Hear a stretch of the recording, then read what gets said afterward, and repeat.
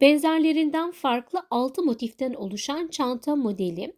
Her ne kadar mini olarak gözükse de derinliğini size göstermek istedim. Bu çanta ile ilgili iki önemli ayrıntı var. Birincisi çantanın askısı. Çantanın askısı hem ince hem de motiflerle bir bağlantı noktası var. Onu ayrıntılı olarak gösterdim. Orayı kaçırmanızı istemem. İkincisi ise motiflerin birleştirilmesi. Her şekilde kare motif örülebilir ama bu birleştirme yöntemiyle birlikte çantanızın ayrı bir havası olacaktır. Şöyle söyleyeyim size, bu ayarlanabilir çanta askısı sizin çok işinize yarayacak.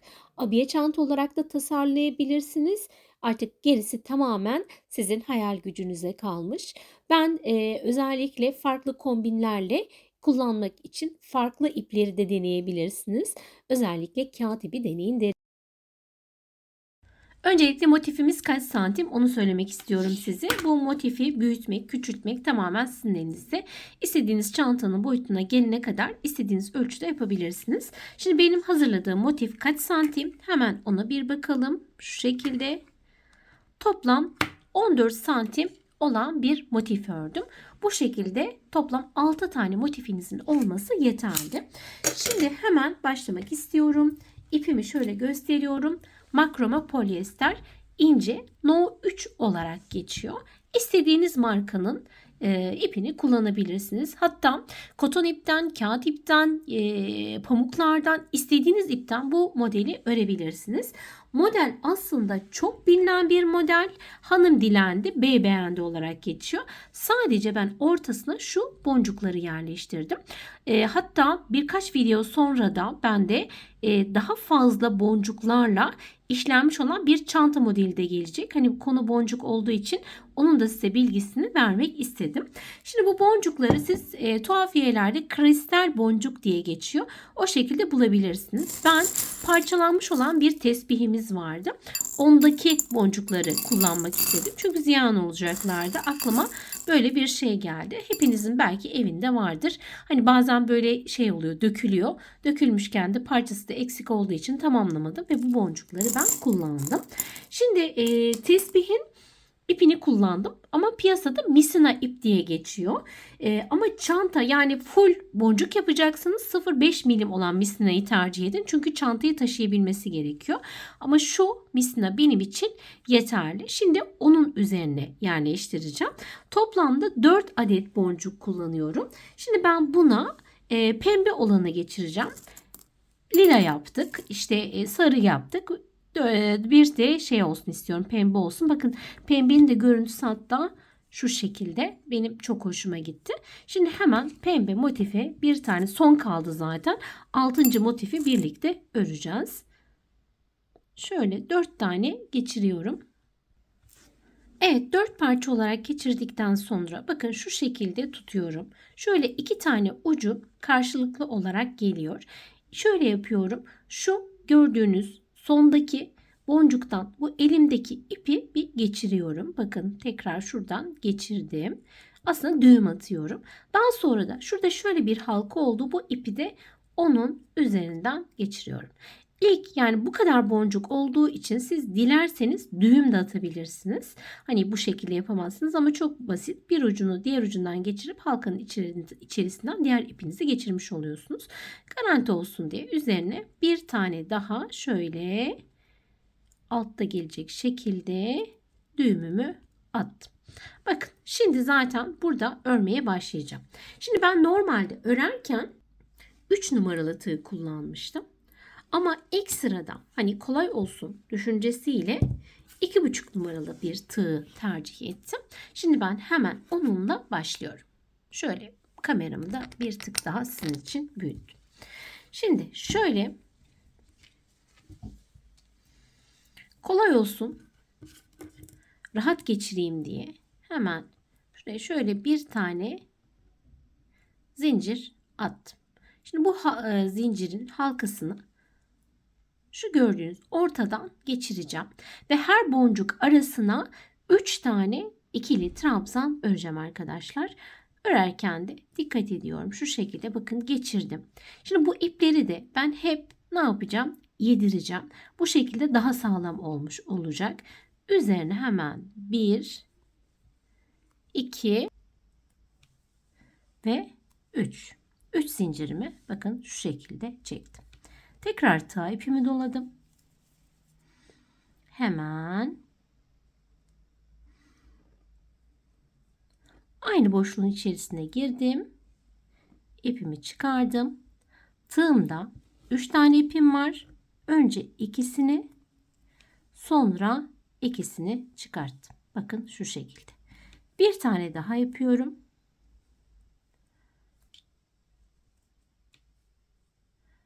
Önce ikisi, sonra ikisi. Bir tane grubumu hazırlamış oldum. Eğer siz boncuk kullanmak istemezseniz direkt olarak 4 tane bu şekilde grup hazırlayabilirsiniz. Normal işte hanım dilendi, bey beğendi motifinin yapılışı. Şimdi aralarda bir tane zincir çekiyorum. Bakın şu şekilde. Çektim bir zincir. Tekrar tığ ipimi doladım. Şimdi benim yapmam gereken bu iki boncuk arası. Bundan dolayı bakın şu ipimi ben ne yapıyorum? İki boncuğun arasına getirmiş oluyorum. Tekrar halkanın içerisine girdim ve ipimi uzattım ve birinci ikili trabzanımı bakınız şu şekilde örmüş oldum. Tekrar tığ ipimi doladım. Tekrar aynı grubun içerisine girdim ve tekrar uzattım. Hop, çektim. 2. Şimdi üçüncüyü yapıyorum. Hep ne olacak? 2 boncuk arasında olmuş olacak. Evet.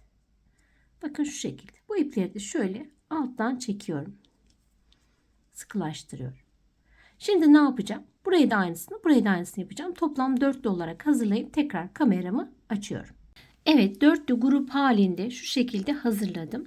Şimdi tekrar bir zincirimi çektim. Başlarken biliyorsunuz şurada bir benim 3 zincirim vardı. O 3 zincirin tepe noktasına gelip ilmek kaydıracağım. Ta ipimi dolamadan bakın 3.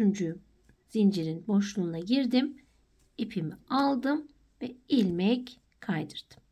Şimdi artık ikinci sıramıza geliyoruz. İkinci sıramızda köşeleri oluşturacağız. Yani bakın şuradan göstermek istiyorum size. 4 tane köşe var. 1, 2, 3 ve 4. Şu şekilde. Şimdi ben bu köşe gruplarını hemen hazırlıyorum. Tekrar 3 zincir ile yukarı çıkıyorum. 2 ve bakınız şöyle tığ ipimi doluyorum. Hemen 3 zincir çektikten sonra şurada benim bir boşluğum var. O boşluğun içerisine bakın girdim. Tekrar tığ ipimi çektim. Tığımda 3 ipim var. Önce ikisi, sonra ikisini alıyorum. 3 zincirle birlikte 2 tane olmuş oldu. Tekrar tığ ipimi doluyorum ve hop tekrar çekiyorum. Bu şekilde. Şimdi ne yaptım? Köşenin yarısını oluşturmuş oldum. Ara geçişlerde zincir çekmiyoruz. Tekrar tığ ipimi doluyorum. Şimdi bakın şu bir zincirlik boşluklara köşelerimizi hazırlıyoruz. Hemen geldim. 3 tane ikili trabzan. Bu arada tığımı değiştireceğim. 3 numarayla öreceğim. 2 ve bakınız 3. Arada bir zincir çekiyorum. Yine aynı boşluğun içerisine tekrar girdim. Ve 3 tane daha yaptım. Ve bakınız ilk köşemi şu şekilde oluşturmuş oldum. Bu benim birinci köşem. Ara geçişte ne yapıyorduk? Zincir çekmiyorduk. Tekrar bu boşluğun içerisine girdim. 1 2 ve 3. Bir zincir çekiyorum. Tekrar ikinci köşemi oluşturuyorum. Şimdi bu zincir boşluğunun içerisinde yine aynısını yapacağım. Yaptıktan sonra şuraya gelince tekrar kameramı sizler için açacağım. Evet, 3 tane oluşturdum. Şimdi burada biliyorsunuz yarım bırakmıştık. Şimdi tığ ipimi doluyorum. Tekrar aynı boşluğun içerisine geliyorum. Ve 3 tane ikili trabzanımı örüyorum. Bir zincir çektim. 1, 2, 3. Üçüncüye battım ve ilmeğimi kaydırdım. Şu şekilde. Evet. 4 tane köşemiz oluşmuş oldu. Şimdi tekrar 1, 2, 3 zincir çekiyorum. Şimdi bu saatten sonra bakın şöyle gösteriyorum size. 4 tane köşem var. Buralara ben hep köşe yapacağım. Şu aradaki boşluklara da 3 tane ikili trabzan öreceğim. Bu şekilde bir büyüme elde edeceğim. Bakın buraya yine yarım bir köşe. İpimi doluyorum. Buraya 3 tane ikili trabzan. Ara geçişlerde köşe hariç zincirimiz yok arkadaşlar. Bakın şu şekilde şöyle. Şimdi bu köşeye geliyorum. Buraya köşe yapıyorum.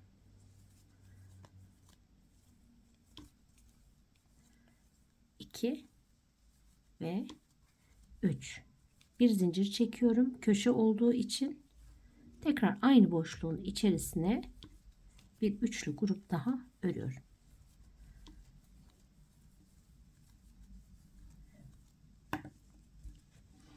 Bu şekilde. Yani iki köşe arası ne oluyor? Bir tane üçlü grubumuz olmuş oluyor. Tekrar buraya hemen üçlü grubumu yapıyorum. Sıra başına gelince tekrar kameramı açıyorum. Evet, sıramın başına geldim. Burada yarım bir köşem vardı benim. Şimdi ne yapacağım? O köşemi hemen tamamlıyorum. 3 tane ikili trabzan örüyorum.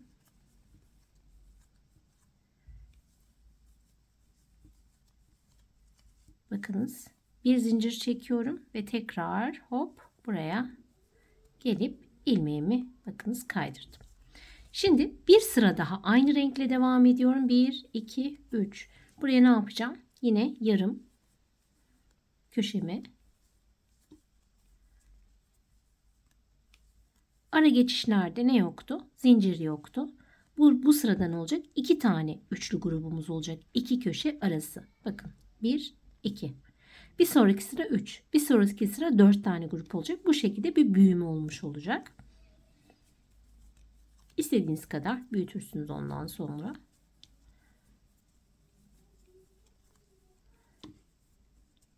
Üç.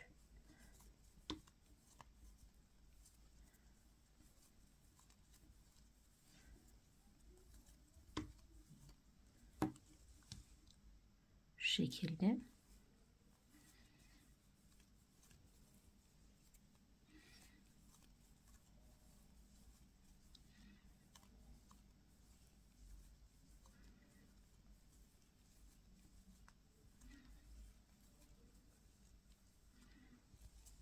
Evet.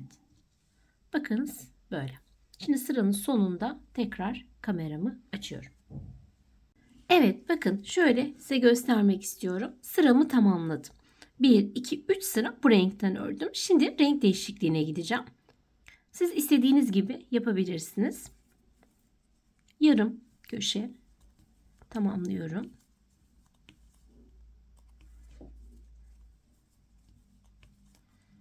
Bir zincir çektim. Hemen geldim. İlmeği kaydırma yöntemiyle bağladım. Bakın bitti. Bir zincir çekiyorum. Çok kısa olmamak kaydıyla ne yapacağım? Keseceğim. Şöyle. Şimdi bakın. Bundan sonrası hep aynı aslında ama şu lacivert ipi de size göstermek istiyorum. Önce şu ipi bir yok edelim. Bakın arkadan daha ince tığ aldım. Şuradan geçirdim.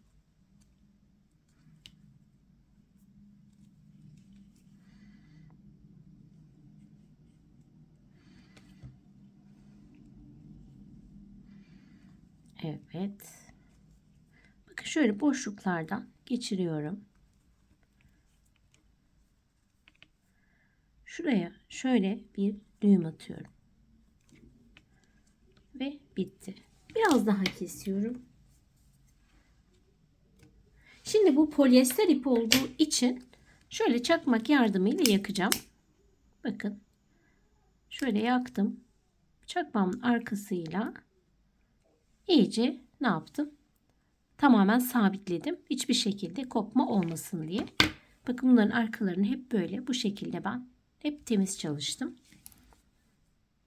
Şu şekilde.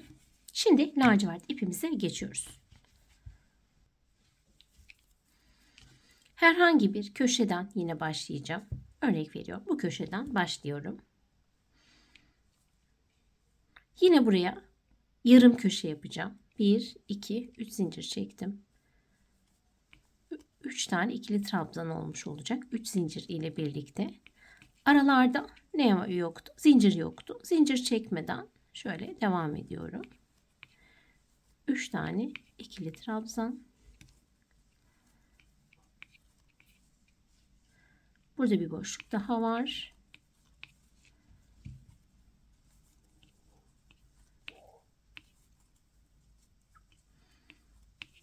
Ve 3 tane daha.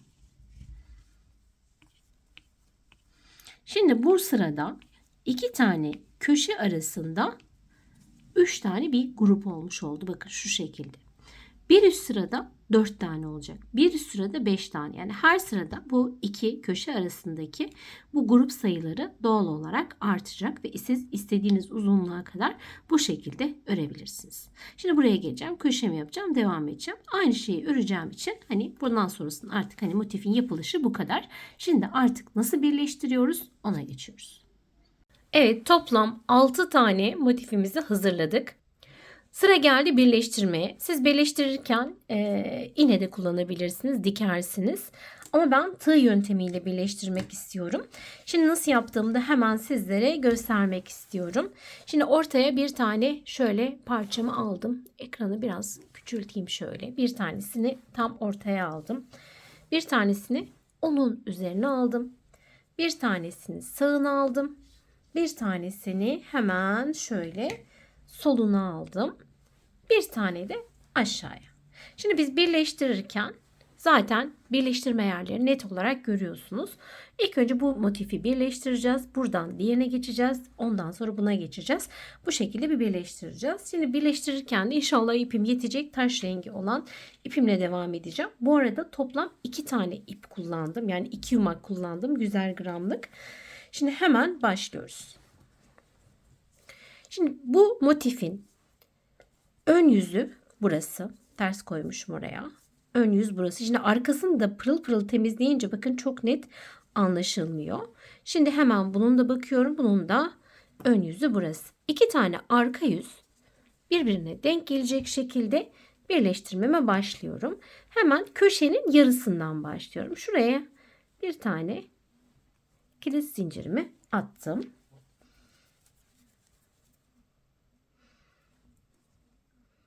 Şöyle arkada olacak şekilde şuraya geldim. Biliyorsunuz köşelerde bir zincirlik boşluklarımız vardı. O noktanın içerisine geldim. Hemen buradan diğer boşluğun içerisine girip şu şekilde bir ilmek kaydırdım. Şimdi ben burada birleştirirken uçtan uca birleştireceğim. Şimdi benim şurada V'lerim var. Onu size önce göstereyim. Bakın şu şekilde V'ler var. Bu V'lerin tam olarak ortasına batıyorum. Yani şuraya. Bakın. Tam olarak benim işim bu orta boşluklar. Şu ortası, bu ortası ve karşının tam yine V'lerin ortasından birleştiriyorum. Bu şekilde hiçbir şekilde belli olmuyor. Hemen şöyle geldim. Bakın diğer uca geldim. Şöyle sık iğne yaptım. Sayılar eşit olduğu için tam karşısına hangisi geliyorsa ona. Bakın. Şöyle tutuyorum size. Ortaya girdim. Diğerinin ortasına aldım. Ve hop. Sık iğne yaptım.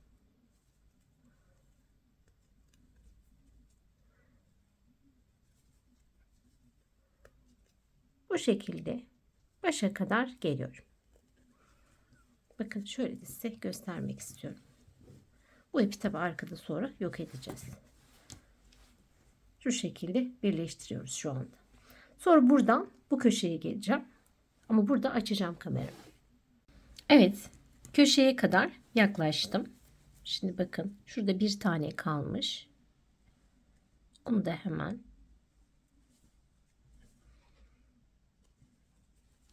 şöyle koydum. El ütüsü yapıyoruz bu arada. Elimizde şöyle bir düzenliyoruz. Sıra burada. Şimdi bu köşe, orta köşeden diğer orta köşeye geçiş yapacağım. Hemen yine onun ucundan, bakın şuradan, yine ortasından giriş yaptım. Diğer motifimi aldım. Onun da tam ortası. Bakın şöyle.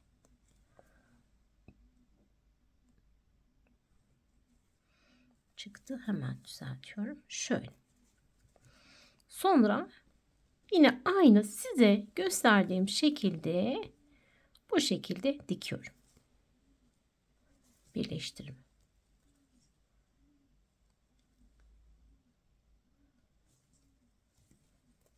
Evet. Şimdi bu şekilde devam ediyorum. Buraya geleceğim. Bakın buraya kadar birleştireceğim. Yine aynı köşeyi size gösterdiğim gibi yapacağım. Burayı yapacağım. Burayı. Bu 5 motif birleştiği an tekrar kameramı açacağım. Yaptığım bu. Evet, şimdi bakın 5 tane motif şu uç kısımlardan birleştirdi. Şimdi sıra geldi yanları birleştirmeye. Yine aynı mantıkla yapacağız. Hatta size şunu göstermek istiyorum. Bakın birleştirirken şuradaki boşluğu gördüğünüz zaman hani şaşırmayın. Eksik yapmış olmuyorsunuz. Şimdi aynı şekilde bu bir zincirlik boşluklardan yine aynı şekilde devam edip o uçları birleştireceğiz. Şimdi burada ipi tabii koparmadan bu kısmı devam ediyorum. Ama burada tabii ki ipimi kopartmak zorundayım. Ne yapacağım? Geleceğim tekrar aynı şekilde buradan devam edeceğim. Sonra burayı dikeceğim. Sonra burayı. Bu şekilde. Şimdi hemen başlıyoruz.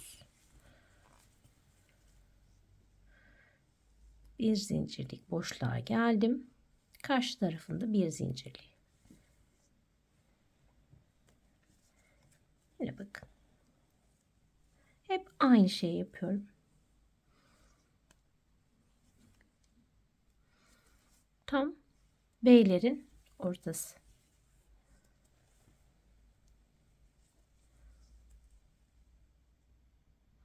Bu şekilde.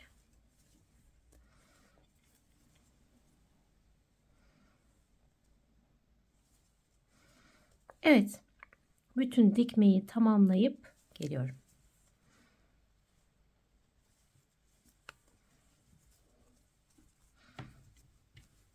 Bakın.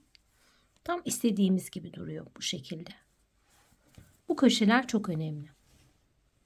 Evet, motiflerimizi birleştirdik. Şöyle bir size göstermek istiyorum. Gayet muntazam, çok şık bir çanta olmuş olacak. Şimdi şöyle hemen bakın şu şekilde yapıyorum. Şimdi neresi kaldı? Kapağı kaldı. Kapağını da yine aynı mantıkla bakın şuradan şuraya şu şekilde ne yapacağım? Birleştireceğim. Ve sonrasında şöyle bir kapağımız olmuş olacak. O var. Çıt çıtı söylediğimi bilmiyorum ama şuraya bir tane çıt çıt yerleştireceğim.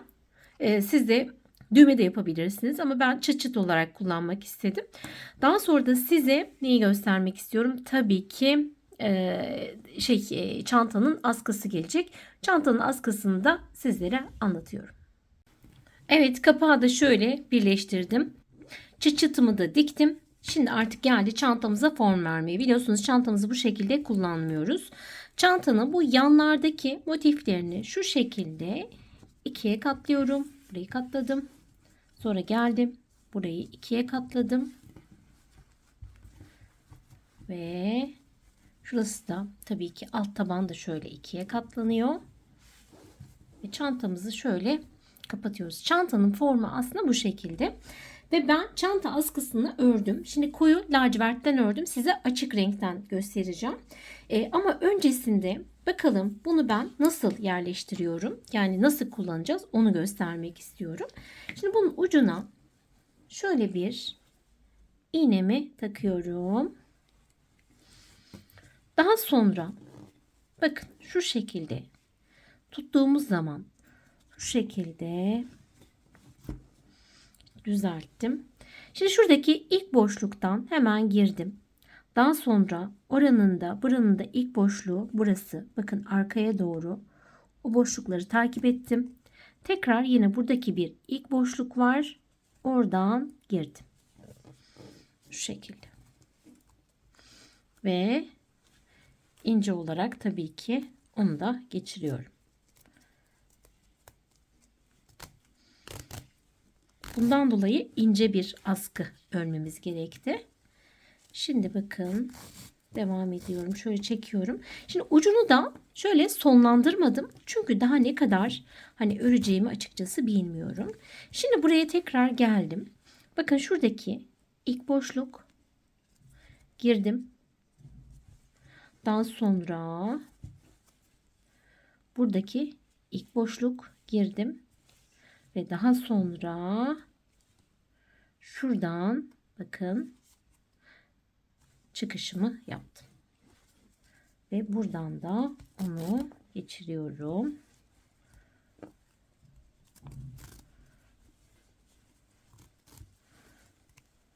Evet. Bakalım durum nedir göreceğiz şimdi. Şimdi şöyle bir düzeltiyorum. Yani gerçekten hani normal farklı bir çanta olmuş oldu. Ha, yeterli. Gayet de iyi. Kaç santim ördüğümde size söylerim. Bunu çıkartıp şu şekilde kendime göre ayarlamış oldum aslında. Evet. Şöyle bir duruş olacak. Sonra ne yapacağız arkadaşlar? Bu iki ucu birleştireceğim. Yani dikeceğim. Başka yapacağım hiçbir şey yok. Ve çanta bu şekilde hazır olmuş olacak. Şimdi kaç santim hemen onu söyleyeceğim size. Evet, şimdi hemen kaç santim onu bir ölçelim.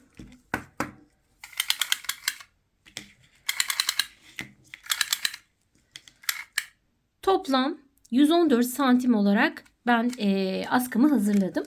Şimdi bu askıyı nasıl ördüm onu göstermek istiyorum size. Şöyle farklı renkli koton ip. Masamızı temizleyelim. Şöyle bir tane kilit düğüm attım.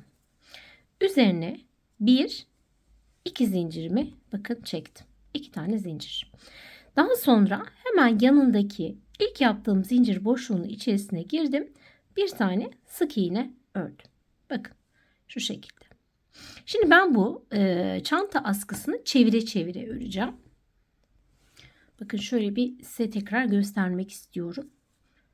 Gerçekten hani çok memnun kalacağınız bir çanta askısı modeli. Telefon çantaları, böyle küçük çantalarda rahatlıkla kullanırsınız. Şimdi hemen şöyle çevirdim. Bakın şurada benim bir çıkıntı var. O çıkıntıyı size hemen gösteriyorum. Şurası. Oraya sık iğne yapacağım. Bakın şöyle. Bakın. Şuradan girdim. Buraya sık iğne yaptım. Tekrar bakın bu yöndeyim. Şöyle. Ama tekrar çeviriyorum. Şu şekilde ikili olarak alıyorum. Şimdi bundan sonra hep ikili. Bir tane burada var. Bir tane burada var. Bakın gördünüz mü? Şimdi hemen ne yapıyorum? Hop. Geliyorum. Sık iğne olarak örüyorum. Tekrar çevirdim. Şöyle. Bir ilmek burada. Bir ilmek burada. 2 ilmek 2 ilmek alıyorum. Bakın şimdi buraya sık iğnemi yapıyorum. Yaptım. Sonra çeviriyorum. Yanda, hep yandayım. Tekrar şu 2 tane ilmeği alıyorum. Şöyle çeviriyorum. İlmeği alıyorum. Bu şekilde istediğiniz uzunluğa gelene kadar örüyorsunuz.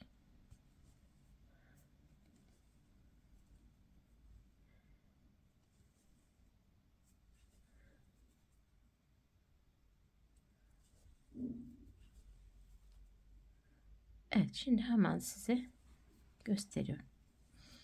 Bakın çok şık bir çanta askısı elde etmiş oluyorsunuz.